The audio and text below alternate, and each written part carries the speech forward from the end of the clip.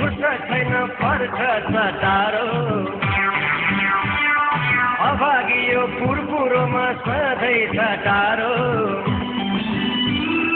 एकैछिन फुर्सद छैन पर्छ टाढो अभागी यो पुरपुरोमा सधैँ छ टाढो खानु नपिउनु हजुर लाखर लाखर हिँड्यो न त ठाउँमा पुग्न सक्यो न त मान्छे चिन्यो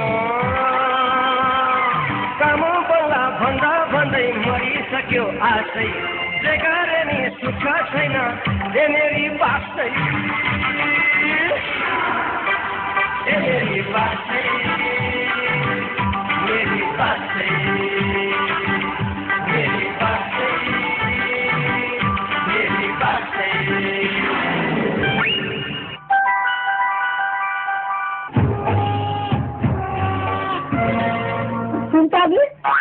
सब पैसा बल्छु धुर्बेकै हो जमिन पाल्नलाई मलाई दिइरहेको थियो मैले ठुलो गल्ती गरेकै हो सुन्ताले मलाई माफ गरेर मलाई माफ गरे त्यो पैसा तिम्रै हातबाट बल्छु धुर्बेलाई दिँदै हिँड न त तिम्रै हातबाट दियो भइरहेछ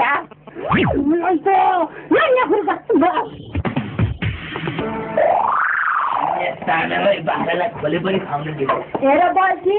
उसले ठुलो गल्ती गरे हो मैले पनि तिमीलाई जानी नजानी के भनी माफ गर है ल्याउ यो तिम्रो पैसा अस्ति नै मैले यो पैसा लिन्न भने होइन फेरि किन ल्याएको नि यो धुर्मुसीले कहिलेकाहीँ यसो गल्ती गरे पनि यो मनकै साथी हो क्या त्यही भएर यो पैसा म लिन्न उसैले गरी खास उसैलाई देऊ तिमीले हराउने साथी हो क्या म राख्छु यो पैसा ए ल तपाईँलाई त्यस्तै समस्या छ भने मेरो 60,000 रुपियाँ दिनु त्यसबाट भएको 25,000 रुपियाँ तपाईँलाई छुट भयो ल प्रगति गर्नु तर त्यो 60,000 भोलि नै ल्याइदिनु नि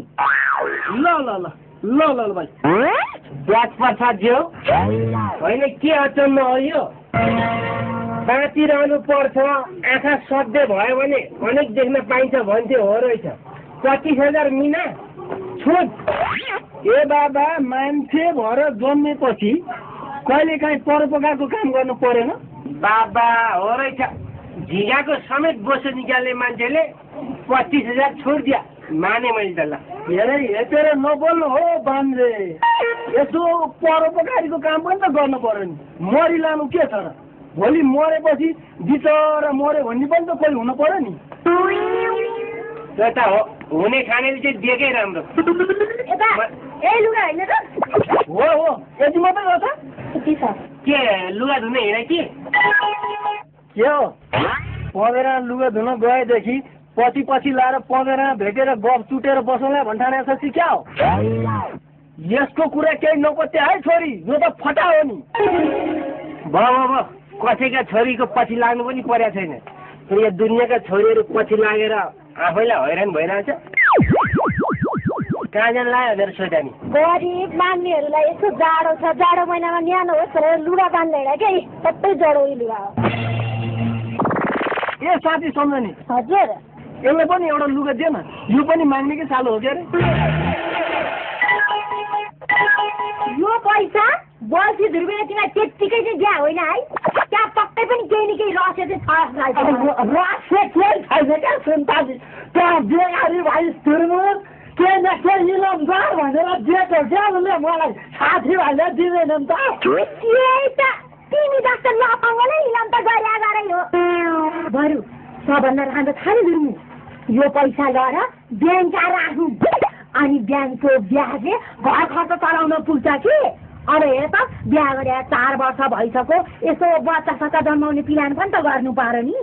बच्चा जन्मेपछि हुर्काउनु पर्यो बढाउनु पर्यो पढाउनु पर्यो अनि खर्च लाग्दैन त कस्तो लाजो कुरा थियो हुन नि बुहारी ठिकै छ चिन्ताले म ब्याङ्ककै पैसा राख्ने हिँडे त ए गुरुमुसे तैँले कहिले खरानन्द गुरुलाई देखिनस् खरानन्द गुरु अनि खरानन्द गुरु त बनारस गयो भने होइन खरानन्द गुरु त अस्तिकै हप्ता आइसक्यो नि आई नै सक्यो कस्तो मलाई थाहै भएन अनि के छोरी गुरु छ हात हेराउनु पर्यो कि क्या हो कहाँको हात हेराउनु नि गुरुलाई आपत्तै पर्यो भनेर 30,000 रुपियाँ दिइरहेको थिएँ यता हेर्न बुढीले मलाई त मार्न आँटिसके बुढी कराएको कराइ छ लौ न बा कतैदेखि पनि यस्तो खबर गर्दैन है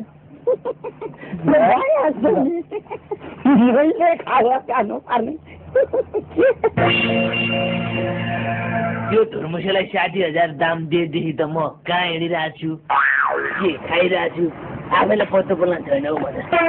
अनि यो ग्रह दशा पनि कति साह्रो बिग्रेको भने 60,000 दामै मै उता जाने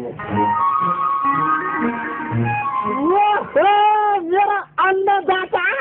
भगवान कता हिँड्नु हो त कता हिँडे अनि त चाहिँ कता हिँडे त्यो तिमीले दिएको पैसा झ्याप्प ब्याङ्कमा राख्नु पर्यो भनेर हिँड्यो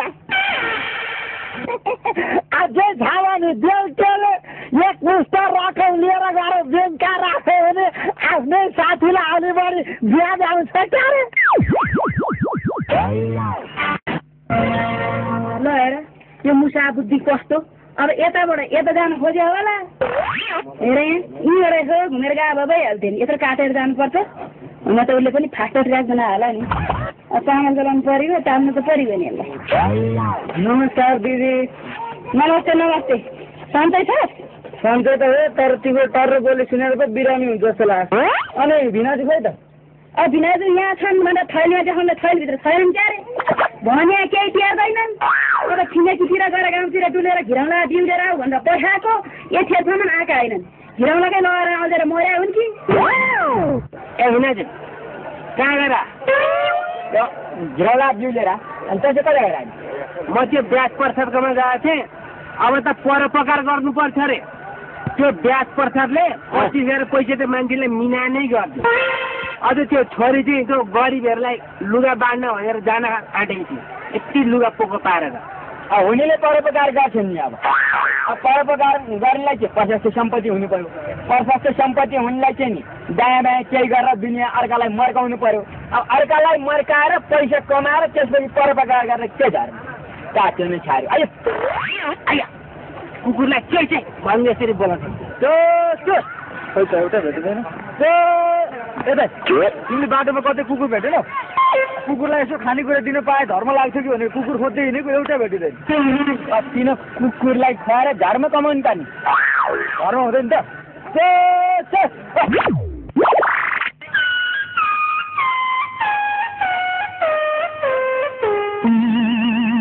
₹1 परोपकार गर्न नसक्नेले के चल्न पर्यो हेऱ्यो नि जाऊ घरतिर नकारा मात्रै परोपकार गर्ने हिँड्यो भने हामी पनि हिँड्यो कि यहाँ चरालाई चारो दिनु भनेर आइरहेको छु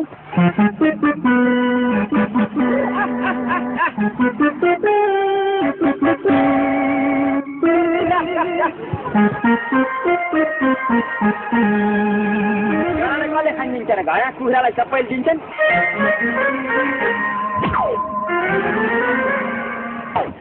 बुहारी ए बुहारी बुहारी बुहारी किन यसरी चिच्याएको हो कानै नसुने त होइन नि त म त कान पनि सुन्छौ तिमी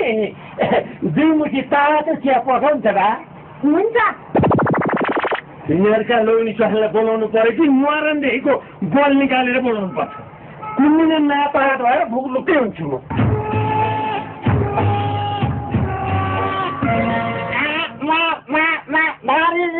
हो मिस्टर खड्का के भयो अहिले झ्याप्पै यसमा गरेर छोडिसके हेर्नु है यसो गरेर हात दुखेर जाँदा हेर्नुहोस् बारीले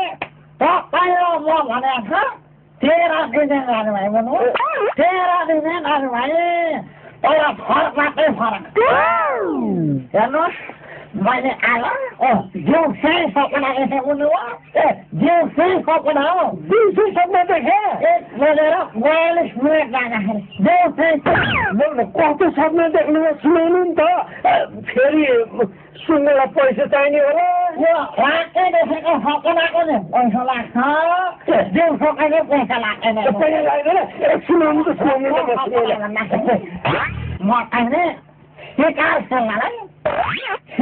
खेल्नलाई जङ्गल गएको रहु शिकार खेल्न जङ्गल गएको शिकार खेल्न जङ्गल गएको छु अनि जाँदै थिएँ अगाडिपट्टि यत्रो मोडेमानको बाघ आयो हेर्नुहोस् है बाघ आयो अगाडि बाघ छ म यतातिर छु अब के गर्ने होला त प्रभु योसँग भिड्नै गरौँ भनेर छाती फुलाएर अहिले बाघ भने भन्नु बाघ भने अनि छक्क मानेर अगाडि बढ्यो म पनि अगाडि बढेँ त्यस पछाडि मैले त्यसको घाँटी साह्रै छिटै क्या हो त्यसको घाँटी झ्याप्पै घाँटी समातेपछि त्यसले पनि मेरो घाँटी समात्यो मैले पनि घाँटी समातेर यसरी नै लडाएँ त्यसले बुझ्नुभयो त्यसलाई लडाएँ अनि त्यस पछाडि कहिले मलाई लडाउने त्यसले कहिले त्यसलाई मैले लडाउने हुन थाल्यो अनि यो कम्तीमा 15 मिनट जति चल्यो बुझ्नुभयो 15 मिनट त्यस पछाडि के भयो त्यस पछाडि त्यो बाघलाई छपट्टै चिपेर मिल्काउनु पर्यो भनेर झाँपै समातेर फुट्दै फाल्ने आएको पुऱ्याएर पुगेर त्यो म्याउ गरेर भाग्दो रहेछ बाघ भने त बिरालो बोरा छौ भोलि फुटेर मर्नुहुन्छ